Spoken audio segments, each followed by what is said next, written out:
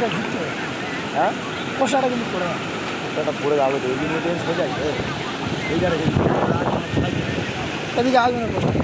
তো ভাই খেয়ে চলে যাইছ কোন পারে? ওপারে আমাদের চুলুটে হয় হ্যাঁ? ছিউটে গেলে চুলুটে হয় কি বলতি ছিউনে যাবে জীবনে যাবে না